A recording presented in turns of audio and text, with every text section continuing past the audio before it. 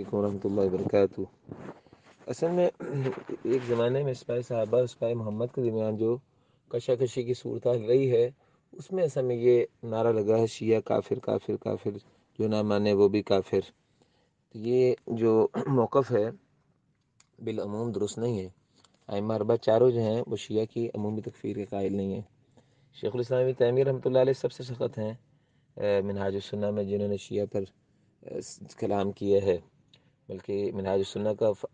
فارسی زبان میں ترجمہ ہوا ہے، جس میں نے ترجمہ کیا وہ بندہ قتل ہو گیا، بعد میں شہید ہو گیا، بلکہ قتل کیا کہنا چاہیے، شہید ہو گیا، اتنی سخت۔ لیکن ابن تیمیہ رحمۃ اللہ علیہ اہل تشیع کی تکفیر انہوں نے کہیں نہیں کی، بات کی عمومی تکفیر کی بات کر رہا ہوں۔ تو شیعہ جو ہے ان کی تکفیر جو ہے، اس کے معاملے میں آپ کو یہی رائے ملے گی جو یہاں سے نذیر حسین دہلوی رحمۃ اللہ علیہ کی نسبت صاحب نے بھیجی ہے، یہی رائے ہمارا نمائندہ موقف ہے۔ البتہ اس وقت جو شیعہ کے سیاسی حالات ہیں، بلکہ ہمیشہ یہی حالات ان کیسے رہے ہیں، وہ ہمیشہ سے بڑی تکلیف دے رہے ہیں۔ ابن تیمیہ رحمۃ اللہ علیہ نے منہاج السنہ میں کہا ہے کہ یہ امت مسلمہ کے یہود ہیں، جو یہودیوں کا کردار مسلمانوں کے ساتھ ہے نا، تو مسلمانوں میں یہودی یہ ہیں، مسلمانوں کے ساتھ جو دشمنی میں کبھی ان کی طرف سے کمی نہیں ہوتی۔ اس کے باوجود جو فتویٰ تکفیر ہے، اس میں احتیاط کا تقاضا یہی ہے کہ عمومی طور پر شیعہ کی تکفیر نہ کی جائے، البتہ جزوی اعتبار سے کسی متعین فرد یا شیعہ کے مخصوص متعین جو بعض فرقے ہیں جن کے نظریات متعین ہیں، جیسے جو کہتے ہیں کہ تعلیم اللہ تعالیٰ حلول کر گیا، یا جو واضح طور پر جن کے ہاں جیسے اسماعیلیہ ہیں، آغا خانی ہیں، اور اس طرح بعض شیعوں کے گروہ ہیں جو جن کے نظریات غالی ہیں، ان کی تکفیر تو کی ہے علماء نے۔ حتیٰ کہ علامہ صاحب، علامہ احسان اللہ ظہیر رحمۃ اللہ علیہ، ان کی شیعہ میں کتنی کتابیں ہیں، علامہ صاحب جو ہیں ان کی کسی کتاب میں شیعہ کی تکفیر نہیں آپ کو ملے گی۔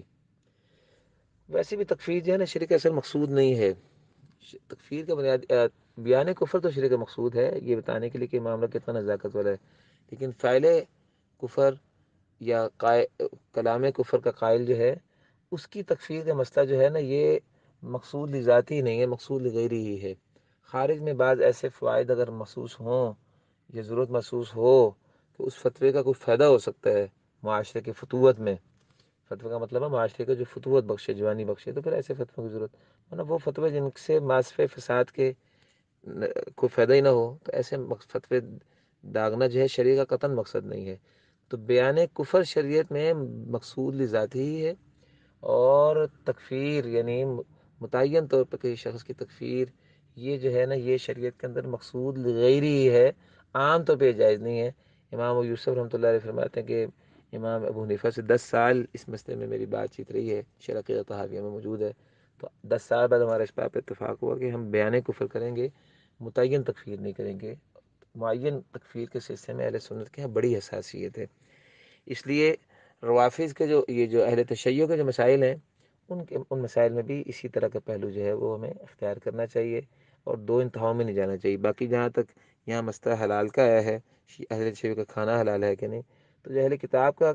ذبیحہ اگر حلال ہے تو اہل تشیع کے ذبیحہ میں بھی پھر یہ بات جو ہے سوچنی چاہیے، وہ زندیق یا مرتد تو نہیں ہے نا، یعنی عموماً پر یہ فتویٰ نہیں لگایا جا سکتا نا، ہمارے نمائندہ موقف ہے علماء کا۔ تو ذبیحہ بھی ان کا حلال ہے، اور بھی جو معاملات ہیں ان کے ساتھ جو ہے وہ روا رکھے جا سکتے ہیں۔ باقی معاملہ جو ہے اہل بدعت کا ان کے ساتھ ہے، اور وہ بدعت میں غالب اتنی ہیں، اور ان میں سے بھی اشد جو ہے روافظ ہیں، اور پھر شیعہ کے بعض ایسے طبقات ہیں جو تکفیر ان کی تکفیر بھی واضح طور پہ ہمارے یہاں متفق علیہ ہے، بلکہ خود شیعہ ان کی تکفیر پہ متفق ہیں۔ ھذا ما عندی، السلام علیکم ورحمۃ اللہ وبرکاتہ۔